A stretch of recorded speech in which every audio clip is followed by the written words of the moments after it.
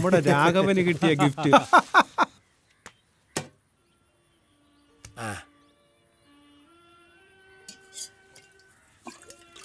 ഇതെന്തിനാ? 2-3 ദിവസം അലമാരിയിരുന്ന് ഉറങ്ങിയതല്ലേ, നന്നായിട്ടൊന്ന് കുതിർന്നോട്ടെ എന്ന് കരുതി.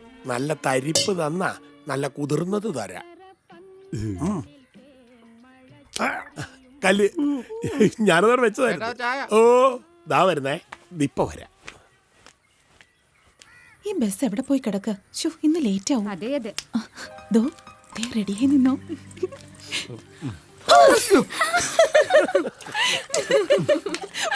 ഞെട്ടി. നാട്ടില് വേറെ ചായക്കട ഇല്ലാത്തോണ്ട് ഞാനിവിടെ ചായ കുടിക്കും. ഇവിടെ ആകുമ്പോ കടം കിട്ടും. അപ്പുറത്തെ കടയിലാണ് ഈ പണി നടക്കിയത്. ചേട്ടാ ഒരു ചായ വേണേ. വിത്തോട്ട് മതി, മധുരം കുറച്ചിട്ടോ. മധുരം കുറച്ച് മതി. കുറച്ചല്ലേ?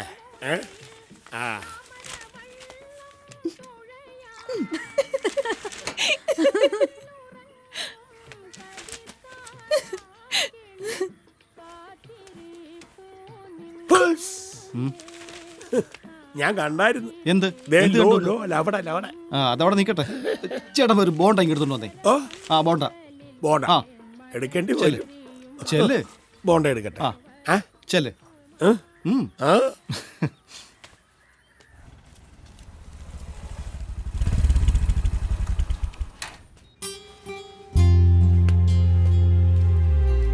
കൂടെ ആളുള്ളപ്പോഴേ ഈ ധൈര്യം ഉള്ളൂ അല്ലേ? എന്നാ പിന്നെ കൂടെ അങ്ങ് കൂട്ടിക്കൂടെ? കുറെ ദിവസമായി കുട്ടിയെ ഞാൻ ശ്രദ്ധിക്കുന്നു. കുട്ടിക്ക് ഇപ്പൊ ചെറിയ പ്രായമാണ്. പക്ഷെ എന്റെ കാര്യം അങ്ങനല്ല. പ്രേമിച്ച് നടക്കാനൊന്നും ഈ പ്രായത്തിൽ പറ്റത്തില്ല. കല്യാണം കഴിക്കേണ്ട പ്രായമേ കഴിഞ്ഞു. പ്രണയത്തിന് പ്രായമൊന്നുമില്ല മാഷേ. AKG, AK ആന്റണി ഒക്കെ ലേറ്റ് മാരീഡ് അല്ലായിരുന്നോ? പിന്നെയാണോ ഈ ഖുസ്ഖുസ്? അതൊക്കെ ഇപ്പൊ തോന്നും, കുറച്ചു കഴിയുമ്പോ അങ്ങ് മാറും. അതിനീ നിഷ മരിക്കണം. അങ്ങനെയാണെങ്കിൽ നമുക്ക് നോക്കാം. ഒന്നല്ല 1000 വട്ടം ആലോചിച്ചിട്ട് പറഞ്ഞാൽ മതി. അപ്പൊ ശരി, ഓക്കെ.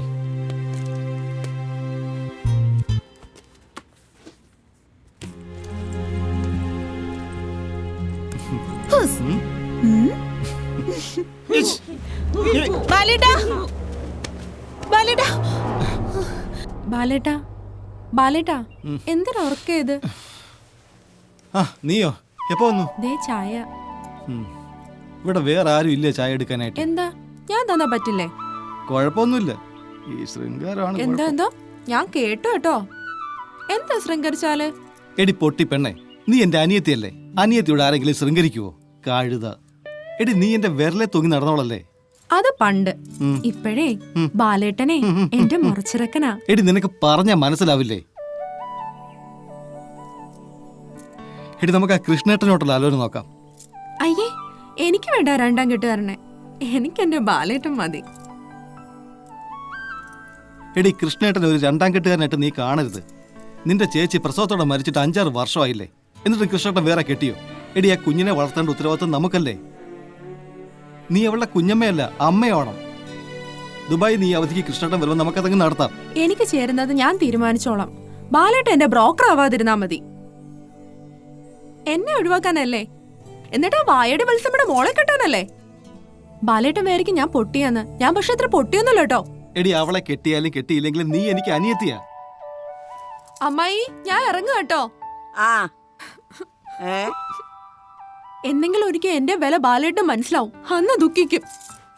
ഈ പിള്ളേര് എടി മോളെ, എടി ബിന്ദു നിക്കടി.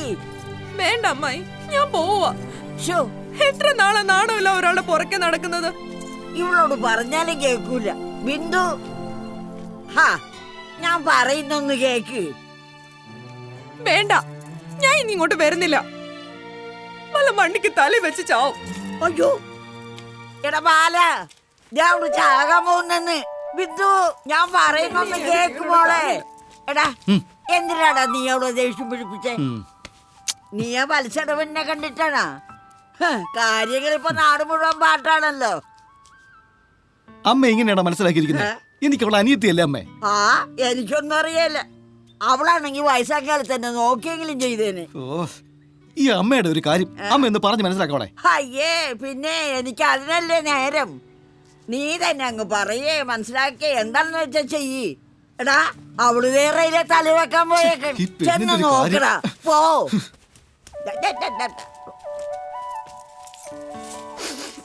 ബിന്ദു ബിന്ദു നിൽക്കാനല്ലേ പറഞ്ഞത്? ബിന്ദു ബിന്ദു നിൽക്കാൻ നിൽക്കാൻ പറഞ്ഞ കേക്കില്ല ബിന്ദു. നീ എന്താ പറഞ്ഞേ? ട്രെയിന് തല വയ്ക്കാൻ പോവാന്നോ? ട്രെയിന് തല വെച്ചാലും കുളത്ത് ചടിയിൽ നീ എന്റെ അനിയത്തിയാ.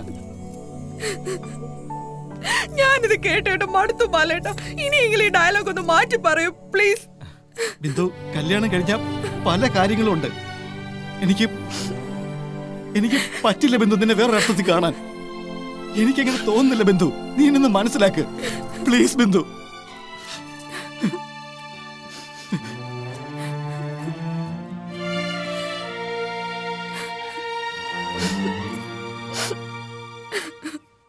ഈ വർഷത്തെ ഓണാഘോഷത്തിന് ഫുട്ബോൾ കളി മത്സരം എന്തായാലും വേണം ബാല. ഇത് നമ്മുടെ അഭിമാനമാണ് ബാല. ബാല നീ വന്നേ. ഒരു മിനിറ്റ്.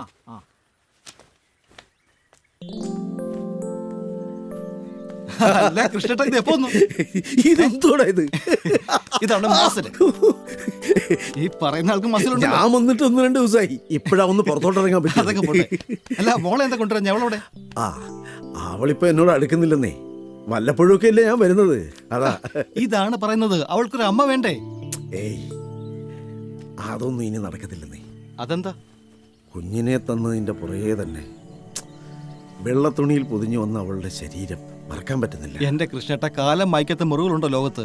പക്ഷെ കൃഷ്ണേട്ടൻ ഭാര്യ എപ്പോഴും സ്നേഹിക്കുന്നുണ്ടെങ്കിൽ കുഞ്ഞിനെ നന്നായി വളർത്തണ്ടേ? അതുകൊണ്ട് ഒരു കല്യാണം കൂടി കഴിക്കും കൃഷ്ണേട്ട. ഏയ് ഇനിയിപ്പോ 2ാം കെട്ടൊന്നും ശരിയാവില്ല. അങ്ങനെയൊന്നും അല്ല. അതിപ്പോ നമ്മുടെ കുടുംബത്തിലും പെൺപിള്ളാരില്ലേ? നീ ആരുടെ കാര്യോ പറയുന്നത്? നമ്മുടെ ബിന്ദുവിന്റെ കാര്യം അല്ലാത്ത ആരുടെ കാര്യ?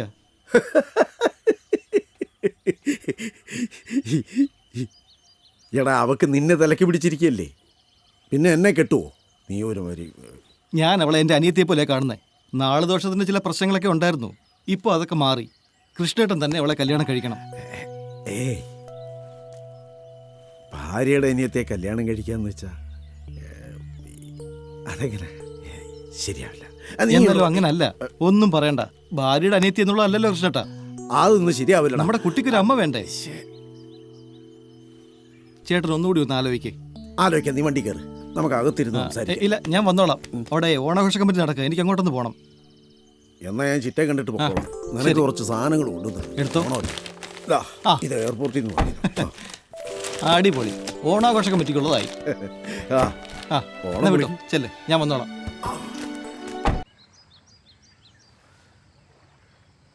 ബാലേട്ടാ, ഹലോ.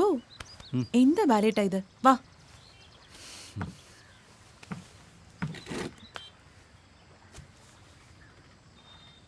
എനിക്ക് ഈ നാട് വിട്ടുപോകാൻ താല്പര്യമൊന്നുമില്ല. പിന്നെ ഒരു പിന്നെയില്ല. നമുക്ക് കല്യാണം കഴിക്കണ്ടേ? വേണം. കല്യാണം കഴിഞ്ഞാലും എനിക്ക് പഠിക്കണം. ഫീസ് അടയ്ക്കണ്ടേ? നമുക്കൊരു ഓഫീസ് തുടങ്ങണം. എന്നിട്ടൊരു board. Advocate Nisha Balachandran LLB. ബാലേട്ടനും കറസ്പോണ്ടൻസായി PG എഴുതണം. പിന്നെ നമുക്ക് കുട്ടികളുണ്ടാവില്ലേ? അത് വേണം. അയ്യടാ, അത് പറഞ്ഞപ്പോ എന്തൊരു ഇൻട്രസ്റ്റാ. പിന്നെ നല്ലൊരു വീട് വെക്കണം.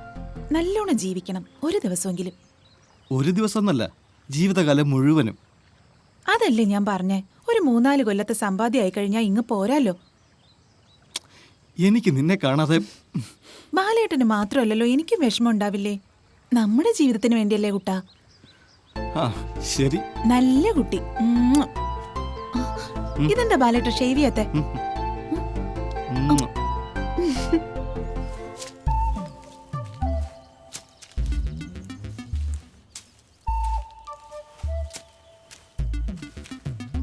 ഇനിയിപ്പോൾ എന്താ ചെയ്യുക ബാല? എന്നാലും 1 ലക്ഷം രൂപയൊക്കെ പെട്ടെന്നുണ്ടാക്കുക എന്ന് പറഞ്ഞാൽ. ഞാൻ ആ പലിശക്കാരനോടൊന്ന് ചോദിച്ചു നോക്കട്ടെ. അയ്യോ, കഴുത്തറക്കുന്ന പലിശയാ. അത് സാരമില്ല. ഗൾഫിൽ ചെന്നാൽ പൈസ ആവുമല്ലോ. 2-3 മാസം കൊണ്ട് നമുക്ക് നമ്മുടെ കടമെല്ലാം വീട്ടല്ലോ. എടാ ബാല, എനിക്ക് നിന്നെ സഹായിക്കണമെന്ന് വലിയ ആഗ്രഹമുണ്ട്. ഇച്ചിരി കാശ് ബിന്ദുവിൻ്റെ പേര് ഞാൻ ഫിക്സഡ് ഡെപ്പോസിറ്റ് ഇട്ടിരിക്കുക. അതെടുക്കാൻ വാസന്തി സമ്മതിക്കത്തില്ല. പിന്നെ അതൊന്നും വേണ്ട മാവാ. ഏ ഗൾഫിൽ ചെന്ന് ഞാൻ കുറച്ച് കാശ് ഉണ്ടാക്കിയിട്ട് കൃഷ്ണേട്ടനെ കൊണ്ട് തന്നെ നമുക്ക് അവളെ കെട്ടിക്കണം. ആഹാ.